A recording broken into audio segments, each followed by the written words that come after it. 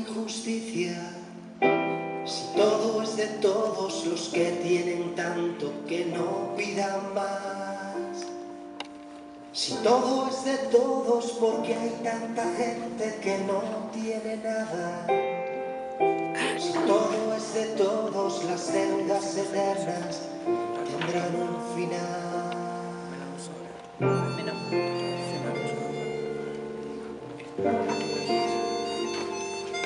Se veía la imagen, pero ahora no se escucha.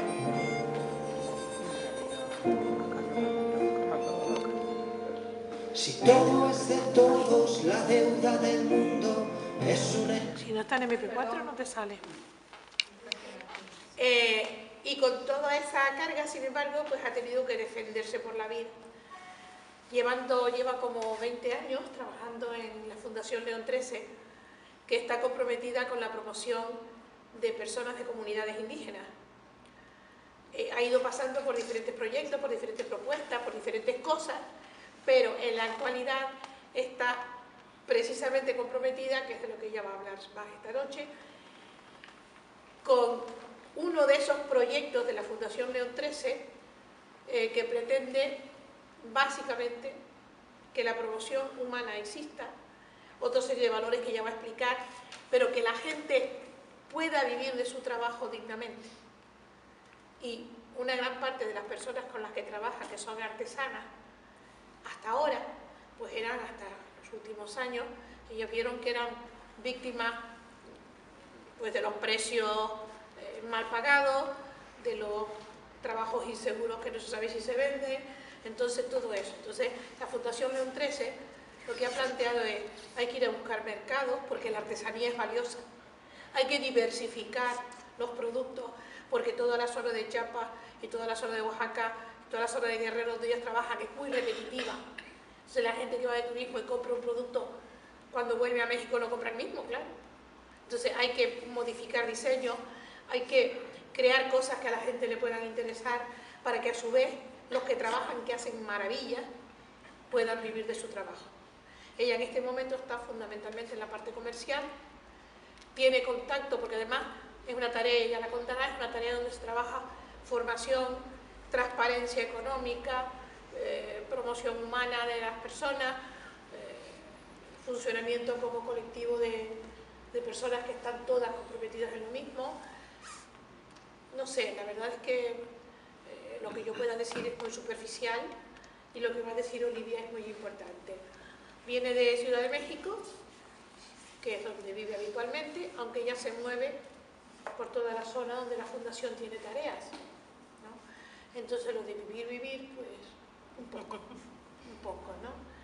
Ya sus hijas son más mayores, ya la más chica tiene 15 años y eso también le permite una libertad de movimiento un poco mayor. Y nada, pues a por ella. Bueno, pues buena noche y mucho gusto. Perdóname, quizás para que se sitúe un poco la cosa, sería bueno decir, porque nosotros de aquí decimos comunidades indígenas y pensamos en una minoría. Es una injusticia.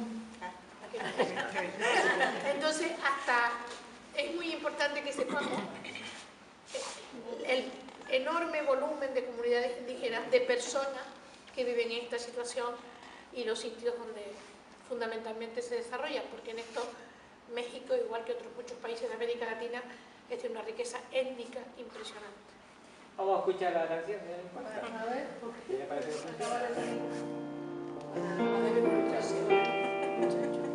Pero poéticamente.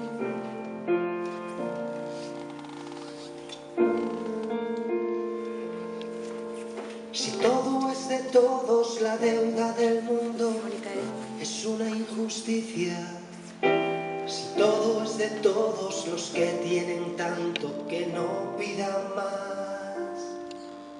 Si todo es de todos porque hay tanta gente que no tiene nada. Si todo es de todos, las deudas eternas tendrán un final.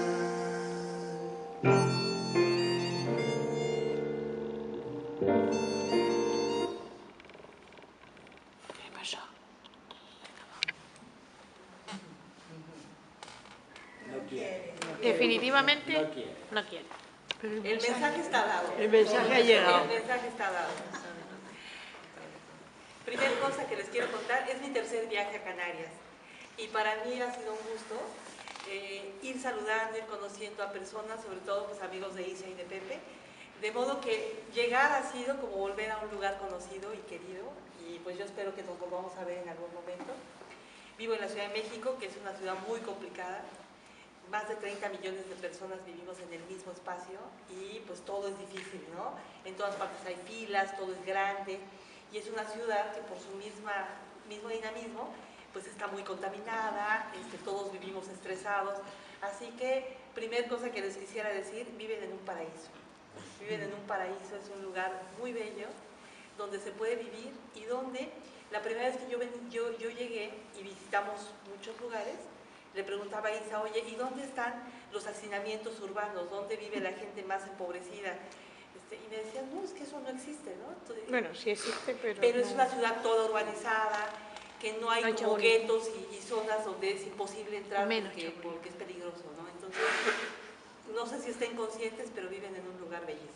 Entonces, me preguntaron hace 2 días que por qué venir a hablar de las mujeres chiapanecas, que qué sentido tenía, ¿no? Y he estado pensando un poco la pregunta. Yo creo que lo más importante de compartirles las historias que conozco y la experiencia que estamos haciendo es que son historias de mujeres con una fuerza impresionante que viven en un rezago, en una injusticia histórica, de modo que hoy pues han recibido tan poquito que tienen muy pocas herramientas para defenderse en la vida, muy pocos instrumentos para salir adelante. Y sin embargo, no obstante todo lo que les falta, han sido capaces de levantarse, de tomar lo mejor de lo que tienen y empezar a generar riqueza. Y creo yo que estos testimonios de valor, de creatividad, nos vienen muy bien a todos, porque al final levante la mano quien no tiene problemas o quien no tiene dificultades o no quisiera superar un momento en el que se encuentra. Yo creo que esto lo compartimos todos los humanos, ¿no? Ser persona es siempre estar en este camino, queriendo ser mejor, queriendo salir adelante, queriendo mejorar cosas que hemos hecho mal. Entonces, yo creo que acercarnos a la vida de ellas nos da como una nueva fuerza para descubrir que tenemos mucho para salir adelante y que aunque hablemos de crisis y todo, siempre hay la posibilidad de encontrar algo bueno y de encontrar fuerza para rehacer nuestra vida mejor. Cuando hablo de rezago, me decía Isa, hablar aquí de indígenas, a lo mejor piensan más en no sé, aldeas africanas que en la realidad latinoamericana.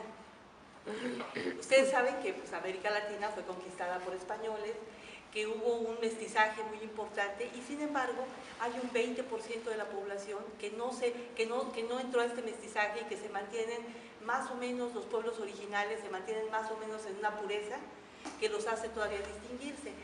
En México tenemos actualmente 49 lenguas vivas, es decir, con todo y que somos un país unificado y que tenemos el español como lengua, el castellano como lengua oficial, hay 49 etnias que están vivas, que están trabajando, tratando de ganar la vida y que mantienen todavía su lengua. Entonces, la manera como se distribuye la riqueza y cómo se distribuyen todos los servicios, hace que los indígenas que se mantuvieron en esa pureza porque después de muchas persecuciones terminaron yéndose hacia los territorios pues, más difíciles, de más difícil acceso. Hoy ocupan básicamente las sierras, los desiertos y las zonas como con menos posibilidades de desarrollo. O sea, las ciudades tenemos núcleos muy desarrollados, ciudades que en las casas o vayan a las fábricas. Cuando hay crisis económica y hay una reducción de la actividad económica, se les vuelve a expulsar al campo para que otra vez se las arreglen ellos solos. Es una injusticia histórica, pero es así. De manera que las corrientes migratorias internas dentro del país han sido siempre una constante. Cuando hay crecimiento, se vienen a la ciudad. pero es imposible, es muy difícil, no imposible, es muy difícil que se queden en la ciudad, que puedan comprar una casa, que puedan costear la educación de los hijos, terminan cansándose de la inseguridad, de que viven en las orillas de la ciudad donde no hay servicios y hay una vida más dura que la que tenían en el campo. Entonces cuando se pone difícil la economía se regresan al campo y otra vez vuelve a haber crecimiento, vuelven a la ciudad. Entonces, una razón para que la Fundación trabaje con comunidades indígenas, pues es que son los últimos, ¿no? Si quisimos hacer una opción preferencial por los más pobres y no tuvimos que dar muchas vueltas. Había una gran necesidad de trabajar con comunidades indígenas. Sobre todo, después del levantamiento armado, habrán escuchado en el 96 que hubo un levantamiento indígena liderado por Marcos, un guerrillero que era un profesor universitario, que junto con un obispo que había estado trabajando muy de cerca con comunidades indígenas y formando catequistas que entendieron que el Evangelio era un mensaje liberador y que ellos tenían derecho también a buscar mejores condiciones de vida. Entonces, una interpretación que dieron a esto fue levantarse en armas. Si bien fue una guerra mediática, o sea, realmente no había armas, hubo muy pocos decesos, pero supieron posicionarse muy bien en los medios de comunicación y tuvieron una gran resonancia. Todo el mundo nos enteramos cómo vivían los indígenas. La verdad es que para muchos estábamos acostumbrados a verlos pasar, a que viajaran a la ciudad, pidieran dinero en los semáforos, pero no teníamos como mucha conciencia de cuál era su condición. Eso nos pasó a nosotros, cuando digo a nosotros, al IMDOSOC, un centro de formación social católico, el Instituto Mexicano de Doctrina Social Cristiana, que ya tenía como 10 años trabajando en esa época, cuando la guerrilla, y llegó les voy a contar un poco cómo empezamos. Llegó un grupo de señoras con un líder indígena también. Ellas se habían organizado porque ellas, ya que sabían tejer, tejen telar de cintura, que es lo más rudimentario que hay para producir tela, 2 palitos. No se puede poner el vídeo, ¿no? Ah, sí. ¿O sí? Pero es que no las traigo todas juntas. No, Sí. tú sigue hablando, pero que lo vaya poniendo alguien y El se lo enseñamos. telar de cintura, Dame el... No, pues que No, sé. amigo, bueno, pues sigue. No. Bueno, el telar de cintura es una forma muy rudimentaria de hacer textil y ellas hacían la ropa de sus familias, de ellas, de sus hijos. Hay algo muy interesante en el textil. Cuando fue la conquista, a los indígenas, bueno, a todos los habitantes de lo que hoy es México, se les prohibieron sus religiones, había cosas muy fuertes, ¿no?, que eran como incompatibles con el cristianismo. Entonces se les prohibió su religión, se les prohibió su lengua y se les impuso una nueva manera de pensar, de vivir una nueva cultura. El último reducto que ellos conservaban para mantener su identidad era su ropa. Las mujeres se volvieron expertas en llevar una especie de mensaje oculto en la ropa. Entonces, todo lo que tenían en los códices, su manera de escribir, la tradujeron a las blusas y a los huipiles. Y había una simbología que los españoles no sabían leer y que ellas comunicaban. Entonces, parte de la historia no se perdió porque se mantuvo en los textiles. Y era una historia viva que iban ellos comunicando. Entonces, como en otros pueblos, las personas sabían si la mujer era casada, si era soltera, si había sufrido, cómo había sido su vida, porque su historia la plasmaban en su ropa. Entonces, hay un valor cultural muy importante en el textil, sobre todo en las culturas mayas y náhuatl, que son las que dominaron. Sin embargo, con los años, pues esto fue pasando, sucedieron muchísimas transformaciones, llegó una revolución que trató de expulsar a los extranjeros y que México fuera de los mexicanos, pero como siempre se reacomodan las cosas y los mismos quedan en el poder con otra bandera y los indígenas siempre quedaron al final. Pero al hablar ya todos español, ir pasando los años, esto del textil como que fue perdiendo su importancia. Las mujeres indígenas que en el momento de la guerrilla llegaron a pedirnos ayuda, eran señoras que habían empezado a retomar este valor del textil. que se estaban organizando para volver a hacer las blusas y los textiles como los habían hecho las abuelas y las bisabuelas. Volver a hacer las piezas perfectas donde rescataran la iconografía antigua. Entonces este grupo se llamaba Snajolovil. Era una cooperativa de mujeres que querían con sus textiles empezarlos a vender hacia afuera y ganar dinero con eso. Les empezaba a ir más o menos bien, pidieron apoyo al gobierno, les prestó una casita junto a la iglesia de una ciudad que se llama San Cristóbal de las Casas en Chiapas, les prestó una casita y empezaron allá a vender. No les iba tan mal, pero llegó la guerrilla, se acabaron los turistas y se acabó la posibilidad de vender. Pero ellas estaban como muy animadas a hacer algo nuevo. Así que nos fueron a pedir ayuda y la primera respuesta fue decir, bueno, pues pobres, están en la guerrilla, no hay comida, no tienen nada, démosle despensas. Y la primera ayuda fue darles un donativo para que tuvieran algo que comer por lo pronto. Esto se repitió, a los 3 meses volvieron otra vez a pedir nuevamente ayuda. Otra vez se les dio algo en efectivo y se les ayudó a comprar semillas y a comprar maíz para la urgencia. Y se fueron. Hacia la tercera vez, nuestro jefe fue a Chiapas a verlas y al llegar fue muy impresionante. Una señora se le acercó y le dijo, fíjese que yo a partir de que empecé a vender, ya estoy muy tranquila, porque yo ya estaba muy tranquila porque hace un poquito de tiempo mi hija se enfermó y entonces mi niña se enfermó y tenía calentura y estaba muy mal en la noche y yo me preocupé de verla tan mal. La tapé y me salí a buscar al doctor. Para ellas salirse a buscar al doctor significa caminar como 2 o 3 horas hasta llegar a la cabecera municipal, se llama. Había una noche de lluvia, Chiapas es muy frío, es montaña, llueve todo el tiempo, esas son lluvias. ¿Y cómo llueve? Esas son lluvias. A lo bestia. Y entonces cuando llegó con el doctor, tocó la puerta y el doctor abrió y le dijo, ¿qué quieres? Pues es que mi niña está muy enferma, ayúdame, sálvala. Y la vio y le dijo, sí, son 200 pesos, son 10 euros. Y ella le dijo, mañana te los pago. No, págame ahorita, los indios son así. Le cerró la puerta y se volvió a dormir. De regreso a su casa la niña murió. Ese testimonio fue tan fuerte para nosotros que nos dimos cuenta que darle una despensita cada 3 meses era algo, pero no resolvía nada. Empezaron los viajes más continuos, empezamos a vender en la Ciudad de México alguna de la ropa que ellas tenían ya producida y la relación comenzó. Al cabo de poco tiempo nos dimos cuenta que si queríamos de veras ayudar, había que entender mejor la problemática. Y así comenzó la Fundación León 13. Hoy está cumpliendo 21 años. Hemos hecho muchas cosas, hemos intentado muchos proyectos, desde poner invernaderos hasta sembrar hongos, sembrar tomate, flores, poner estanques para cultivo de peces.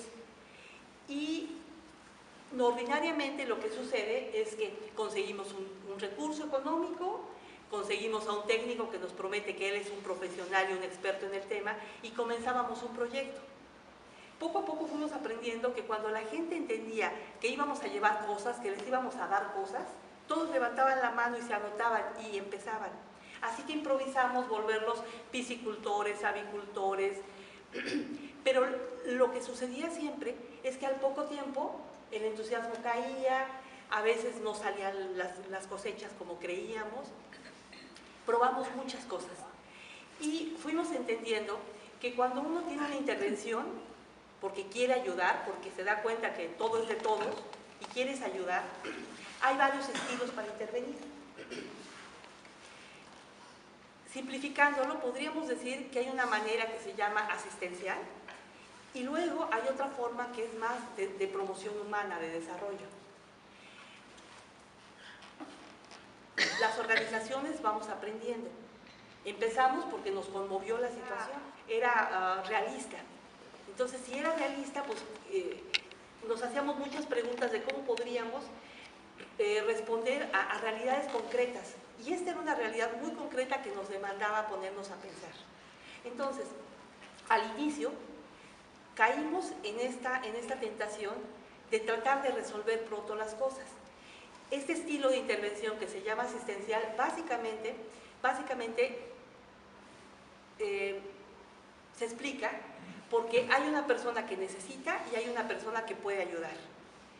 Llamado, o sea, tú te pones en acción porque quieres ser solidario, porque quieres responder y sobre todo nosotros decíamos desde la fe queremos dar una respuesta concreta. Hay un peligro en este tema de la asistencia y es que uno que sabe, que puede o que tiene, se para frente al que necesita y el que necesita, como se concibe como incapaz, como pobre, como alguien que está en necesidad, se va estableciendo una relación horizontal que hace mucho daño. Muchísimos años trabajamos de una manera horizontal. Nosotros, algún genio en la ciudad nos decía, lo que esa gente necesita es dejar de sembrar maíz. El maíz erosiona, el maíz es malo, no tiene tierra suficiente, el clima no es bueno. Y el experto nos lo decía y hasta le pagábamos muchas veces y llevábamos la receta a las comunidades. La solución, señores, es que dejemos esto y ahora plantemos flores, porque el valor de la flor en el mercado es más alto. O sea, dicen que el papel todo lo soporta, la teoría lo soporta todo. Entonces, la forma de intervención asistencial, de asistencia, se basa mucho en esto, ¿no? Que nosotros que creemos que sabemos más, que porque tenemos otra situación, vamos a darle respuestas a las personas. La realidad es que muchas de estas respuestas pues no soportan el día siguiente y terminábamos con los proyectos que se iban muriendo. Decíamos, es que el proyecto va a durar lo que dure el financiamiento. Si nos dieron dinero para un año, el proyecto y el grupo va a durar un año. Si tenemos dinero para 3 años, el proyecto duraba 3 años. Porque mientras tuviéramos cosas que dar, la gente las aceptaba. Y es así que regalamos máquinas de coser, regalamos molinos para maíz, regalamos invernaderos. Y la situación no cambió por mucho tiempo. Poco a poco fuimos aprendiendo a entender qué significa la pobreza, qué es el fenómeno de la pobreza, dónde se origina, cómo se traduce, qué es la cultura de la pobreza, pero sobre todo, qué pasa en el corazón y en la cabeza de una persona que vive en pobreza, cómo se mira a sí mismo y cosas que a veces no pensamos mucho, por ejemplo, cómo mira el dinero y cómo mira la riqueza. La verdad es que las ideas son muy poderosas y a veces queremos transformar realidades a partir de solamente desde lo material y lo económico. Fuimos aprendiendo que hay una manera de intervenir diferente, más de desarrollo. Si les contaba que el problema aquí es que una intervención horizontal hace que el que está abajo y el que pide se estanque en esa situación, empezamos a pensar cómo nos relacionábamos más. Primero, como si fuéramos iguales, porque no es real que lo seamos. Es decir, somos iguales en dignidad, por supuesto, ¿no? Al nacimiento tenemos los mismos derechos y estamos llamados a ser felices todos. Pero luego, las circunstancias son totalmente diferentes. Si desde el momento en que naces tu alimentación es deficiente, pues tu desarrollo cerebral y las habilidades que vas adquiriendo son diferentes. De todas maneras, teníamos que encontrar una manera de relacionarnos en la que estableciéramos reglas distintas, donde no haya uno que da y otro que recibe, uno que tiene y el otro que necesita, uno que sabe y el otro que no sabe, porque ahí terminas estancado y repitiéndote sin que nada se transforme realmente. Nos fuimos dando cuenta que unos proyectos y unos temas se ponían de moda y luego pasaban, pero una constante era que las mujeres seguían tejiendo y que el mercado de la zona de San Cristóbal de las Casas se iba posicionando. Sin embargo, la participación de las mujeres artesanas, perdón, sí, por favor. La participación de las mujeres artesanas era muy marginal, porque ellas eran las que tejían, pero no tenían acceso al mercado y era otro el que vendía. Cuando empezaron a llegar diseñadoras y empezó a revalorizarse en México el usar artesanía, cuando eso empezó esta moda, ¿no? Por lo étnico, por el comercio justo, quienes iban ganando eran las personas que llegaban de fuera, Los intermediarios. que podían rentar un local en la parte turística de la ciudad y que conseguían mano de obra en las comunidades para que les hicieran los trabajos. Y en esta moda de la artesanía se han enriquecido muchas personas, pero no las artesanas. Fuimos entendiendo cómo funciona el mercado, cómo funciona el mundo de la moda y cómo funciona la actividad artesanal. Ay, muchas gracias. Yo tosía y tosía y nadie entendía. Gracias. De manera que en los últimos años, en los últimos 7 años, hemos puesto un énfasis muy especial en las artesanas. Y no fue tan, bueno, a pesar de que nos tardamos mucho en llegar ahí, es muy evidente que hay que trabajar primero con las mujeres. O sea, al final, cuando hay crisis económica, a todo el mundo le preocupa, pero la que tiene que alimentar a los hijos es la mujer. La que se preocupa y los ve para que vayan a la escuela, para que tengan los útiles para poder estudiar, si tienen que salir fuera, que puedan pagar el transporte, son las mujeres. Y está probado, sobre todo por el ejemplo del sureste, del sur de Asia, cómo cuando los planes de desarrollo se enfocan en mujeres, el impacto en los hogares es mucho mayor. Entonces,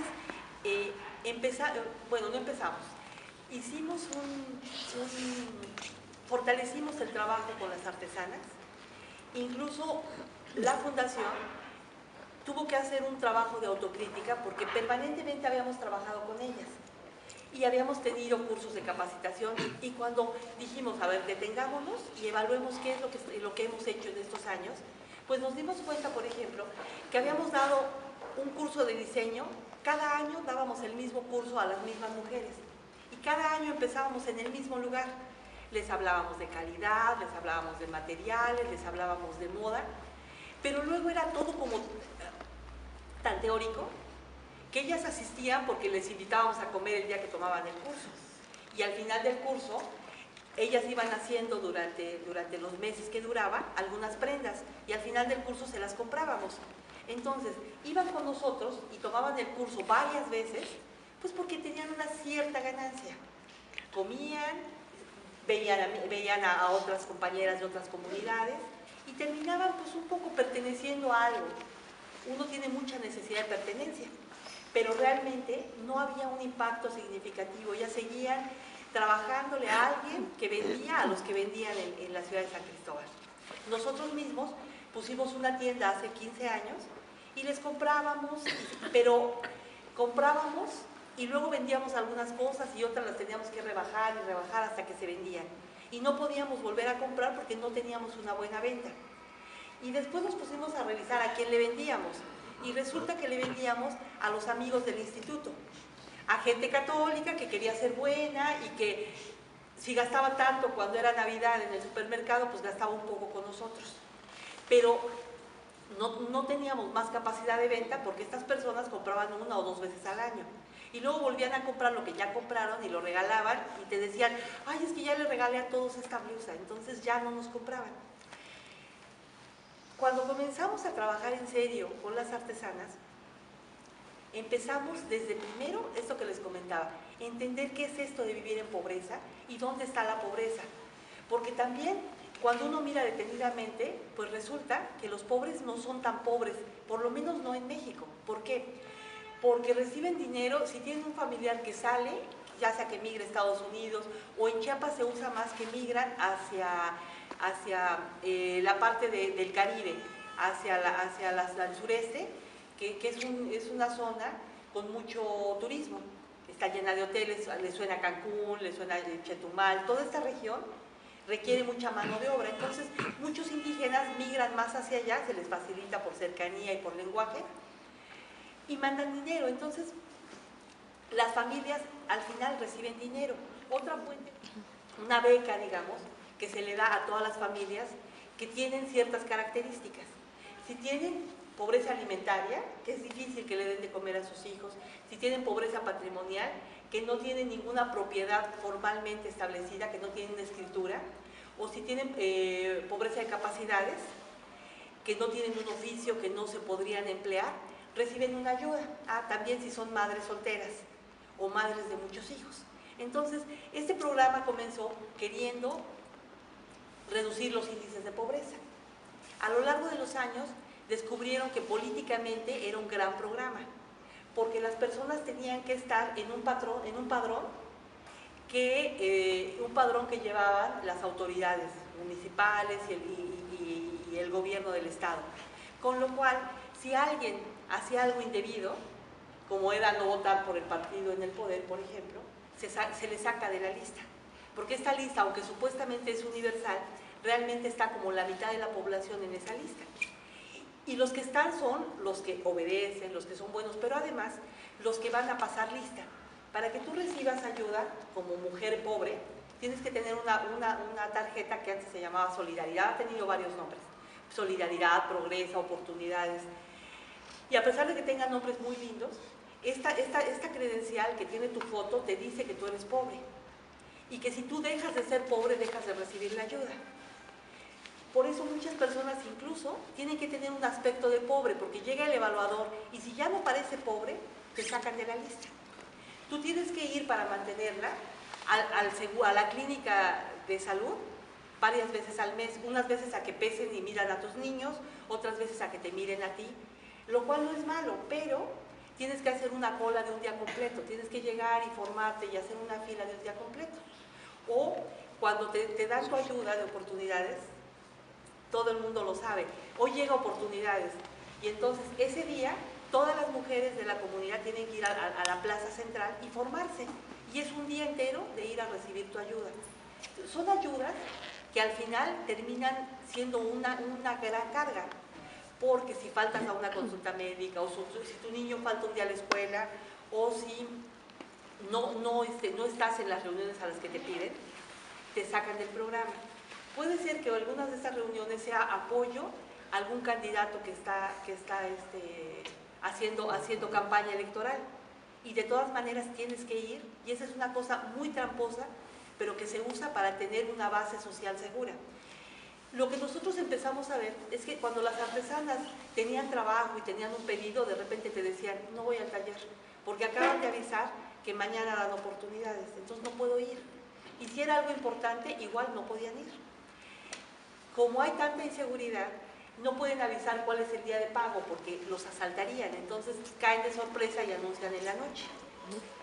Esto hace que las mujeres no puedan tener un trabajo, porque en un trabajo no te van a permitir que falte 5, 6, 7 días al mes, que son los días que tienes que ir a hacer algo para oportunidades. Entonces,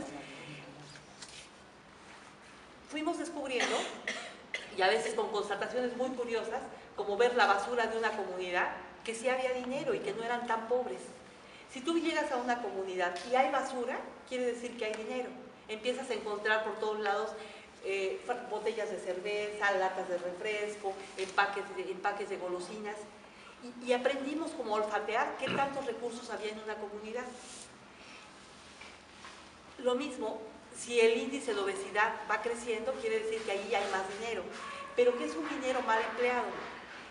Fuimos aprendiendo que cuando el dinero viene de actividades asistenciales, la gente lo bota. O sea, no se cuida el dinero que te regalan.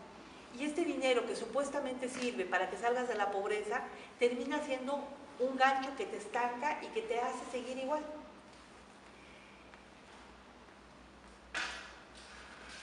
Por eso es que nos decidimos a que íbamos a retirarnos de dar donativos. Dejamos de aceptar donativos de ropa usada, porque era muy frecuente que cuando hace frío o cuando había una inundación, la gente nos regalara ropa. Y felices recibíamos ropa y luego la íbamos a entregar. Cuando empiezas a ver cómo son los comportamientos cuando llega lo regalado, o sea, la gente un poco avergonzada, pero también un poco abusiva, empezaba a jalarse la mejor, la más tímida se quedaba sin donativo. Dejamos, por ejemplo, de aceptar regalos para los niños en Navidad, porque regalaban juguetes, lo mismo. Vas viendo que te regalan juguetes, pero son juguetes que están dañados, o juguetes que son inadecuados, o que son chinos y son peligrosos, pero la empresa te da un donativo y entonces lo deduce de impuestos. Lo mismo medicamento que estaba a punto de caducar, nos regalaban muchísimo medicamento, pero un medicamento X, Y entonces, estuvieran o no enfermos, de repente hubo una vez que nos regalaron toneladas de jarabe para la tos. Y los médicos empezaban a regalar jarabe para la tos porque había mucho. Y veías a los niños con el jarabe para la tos en las casas. Entonces, quisimos detenernos, dejar de recibir donativos y nos decidimos que íbamos a establecer una relación con las mujeres en las que les dejábamos de regalar. Hace 7 años empezamos, por ejemplo, un programa que nos decía todo el mundo, incluyendo los coordinadores locales y gente del patronato, que iba a fracasar. Y dijimos, no vamos a regalar ni una máquina más, ni una máquina de coser, no vamos a regalar nada. Vamos a vender hilo, porque descubrimos que el hilo que se usaba en la región era un hilo de muy mala calidad. Era irregular en colores, no había un catálogo que te permitiera darle continuidad a los tonos, y además era muy malo, se despintaba. Imagínense el drama de hacer una blusa llena de colores y que cuando la persona la compra y la lava, todo se mezcla y se echa a perder. Nos pasó muchas veces. Nosotros teníamos una tienda fija y era frecuente que alguien pagaba una fortuna, bueno, una fortuna entre comillas, por una blusa, porque lleva 2 meses de trabajo, y regresara muy enojada porque se habían mezclado los colores. Entonces, las mujeres empezaron a ver que la solución era lavar el hilo cuando lo compraban, se los venden en unas madejas grandes, lavar y lavar el hilo hasta que se dejaba de despintar. Ellas dicen, cuando el hilo dejaba de llorar, ya lo podíamos usar. Entonces, primero compraban la madeja, lo lavaban y lo lavaban por colores separados, y ya que estuviera el hilo, hubiera sacado todo el excedente de pintura, lo secaban y luego lo tenían que desenredar, porque se había enredado, tenían que volverlo a desenredar en unas devanadoras que tienen de madera muy rústicas, volverlo otra vez a devanar para que se desenredara. Eso les podía llevar varios días de la semana, y si llovía, como llueve todos los días, el hilo no se secaba y no podían trabajar. Empezamos a pensar en términos de eficiencia, y entonces ese era un elemento que no permitía el crecimiento del sector. Un norteamericano que vivía ahí nos ayudó a pensar y nos dijo, primer cosa, la materia prima tiene que ser de alta calidad y tiene que estar accesible para ellas en su comunidad, no en la ciudad. Porque por si fuera poco, en una comunidad indígena, ustedes traducen algún día, pero nosotros pagamos por el transporte público en la Ciudad de México 5 pesos. Con 5 pesos tú puedes moverte en el metro o en un autobús y recorrer toda la ciudad. Para salir de una comunidad indígena que está en la sierra y llegar a la cabecera municipal, que no creo que es una gran ciudad, pero es el centro político, ¿no? El primer centro de organización, pueden pagar desde 90 hasta 160 pesos. O sea, salir de la comunidad es casi imposible. No tienen ingresos y tienen que pagar lo de 2 jornadas de trabajo, casi nadie sale. Entonces, son libres y se pueden mover por todo el territorio nacional como garantiza la Constitución, pero no tienen recursos para moverse. Así que teníamos que resolver el problema de que tuvieran material de buena calidad y en su propia comunidad. La otra cosa que nos dijo este experto antropólogo es que la artesanía era muy repetitiva, las artesanas no entendían de moda y estaban estancadas en los mismos diseños de siempre.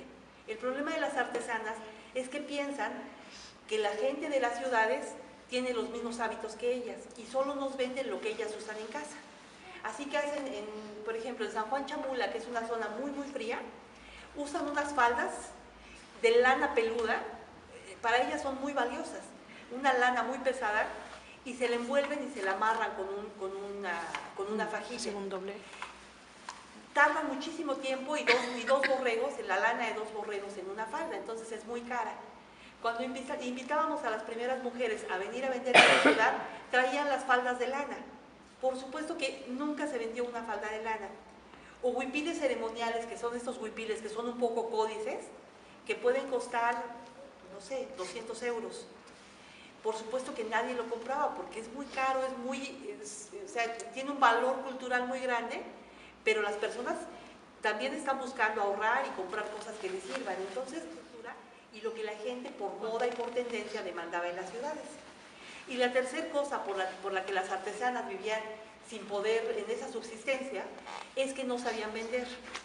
Cuando una artesana se le invitaba, tenía la oportunidad por fin de ir a un mercado y vender, juntaban los productos de toda su aldea y los amontonaba todos en un pequeño puesto. Si ustedes han visto fotos de cómo se venden los mercados, hay alterones como un closet, que pones toda tu ropa en el armario, así toda junta, y saturan visualmente. Entonces, tú no sabes por dónde empezar a comprar. Y si luego tomas una prenda que más o menos te gusta en colores y te la pones, y es un cuadro con 2 agujeros, que no favorece nada, pues la gente, aunque quiera comprar, no compra.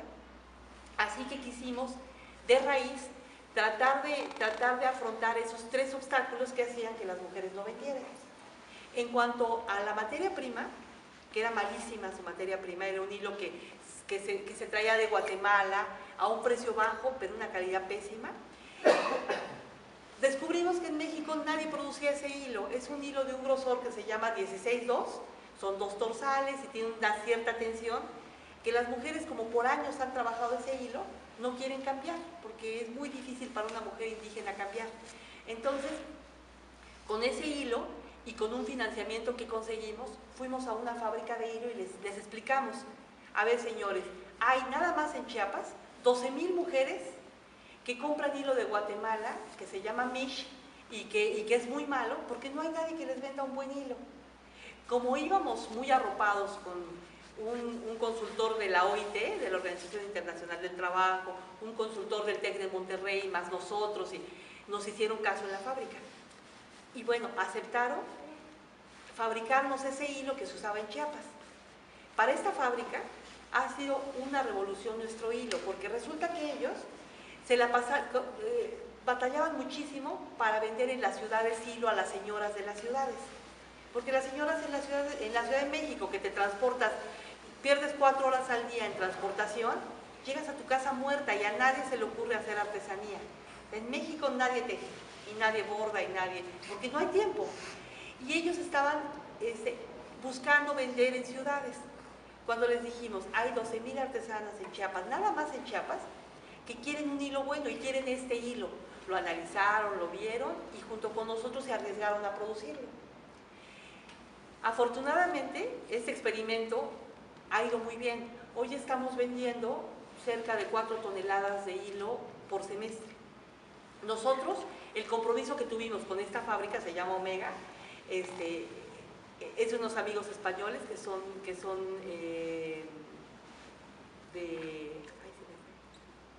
gallegos. Esta fábrica Omega ahora ha sido tan exitoso el hilo que ya lo metió a su catálogo y ahora lo vende en otros estados. Pero nos dijo, a ver, la exclusiva de este hilo para todo el sureste es de ustedes lo van a seguir vendiendo con una condición. No es un producto lucrativo, o sea, el precio para las mujeres tiene que ser muy accesible y nosotros lo tenemos que fraccionar.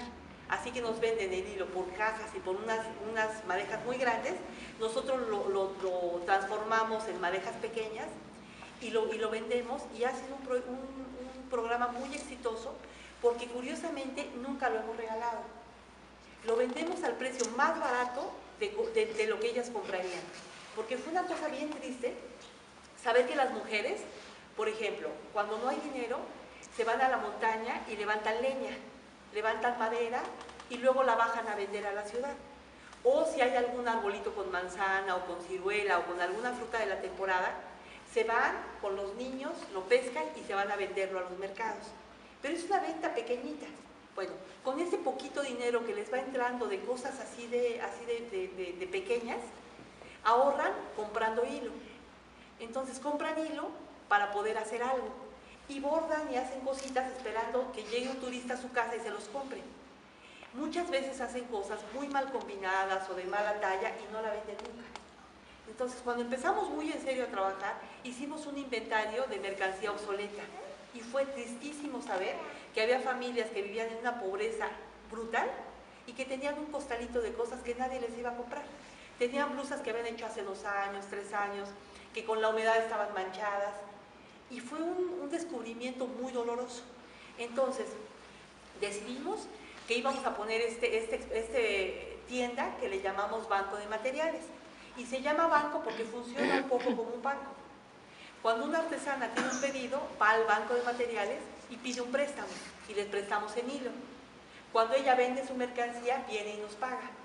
Y el banco empezó a trabajar así, precio bajo, alta calidad, la cantidad que ellas puedan, porque a veces tienen 100 pesos y a veces tienen 5, así que nos comprometimos a que íbamos a tener el hilo en la medida que ellas pudieran comprar, con la tranquilidad que si hoy tengo 5 pesos y dentro de una semana tengo 5, el segundo hilo que compre va a ser idéntico al primero, entonces no tenían ellas que acumular material, iban pudiendo comprar poco a poquito y siempre iba a ser el mismo color. Entonces tenemos un catálogo de 60 colores que además nos los eligieron unas diseñadoras de Nueva York, que saben cuáles son las tendencias, saben cuáles son los colores bonitos, para que no haya pierde. Los combines como los combines, en nuestra paleta todo armoniza. Y no importa que las mujeres no sepan mucho de teoría del color, ni sepan mucho de moda, siempre van a combinar bien, porque hay amarillos y hay amarillos horribles, hay azules bellos y hay azules malos. Así que nos hemos empezado a volver un poco diseñadoras. Así, con este banco de materiales, el primer punto, que era el acceso a materia prima de primera calidad, estaba cubierto. Todas iban a tener hilo fino y además fuimos animando a personas que, por ejemplo, tenían una tiendita o que tenían un pequeño local en comunidades remotas a que abrieran su propio banco comunitario. Hoy tenemos 8 bancos en los lugares más alejados. Ellas compran, les dimos un precio especial más un pequeño, decimos capital semilla, que no llega a ser donativo, sino una pequeña inversión para que empezara el negocio. Y estos negocios son nuestras distribuidoras en la montaña. Así que el primer punto estaba resuelto, teníamos ya materia prima de alta calidad. Luego vino el tema del diseño. Estamos trabajando con muchas voluntarias que afortunadamente fuimos encontrando gente muy valiosa. Las diseñadoras normalmente son personas, mujeres casi todas, son mujeres de familias que viven con una economía muy desahogada y que ellas buscan una carrera que no exija demasiado, que pueden viajar y que han visto el mundo y que saben de moda y que les encanta comprar. Así que hemos ido encontrando a aliadas, que incluso algunas de altísimo nivel, que están dispuestas a regalarnos un diseño o una colección, a ir a capacitar en comunidad o simplemente a darnos patrones. Poco a poco hemos empezado a hacernos de un catálogo muy interesante de productos, que todavía le falta mucho, pero por lo menos los productos que hoy vendemos en la tienda, todos se podrían vender aunque ustedes no quieran ayudar. O sea, lo que queremos es dejar de vender en un mercado de nicho en el que la gente es buena y quiere ser solidaria, a empezar a vender porque el producto es bello y porque es útil y porque te hace quedar bien, sea que te lo pongas o que lo regalas.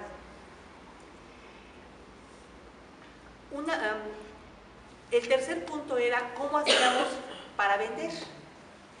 Y bueno, ahí seguimos todavía batallando porque siempre es como el cuello de botella. Lo más difícil es vender, sobre todo cuando estamos trabajando hoy con 40 grupos. 40 grupos que algunos son de 10 y otros hasta de 60 familias, en el que todas tejen y todas esperan tener una venta.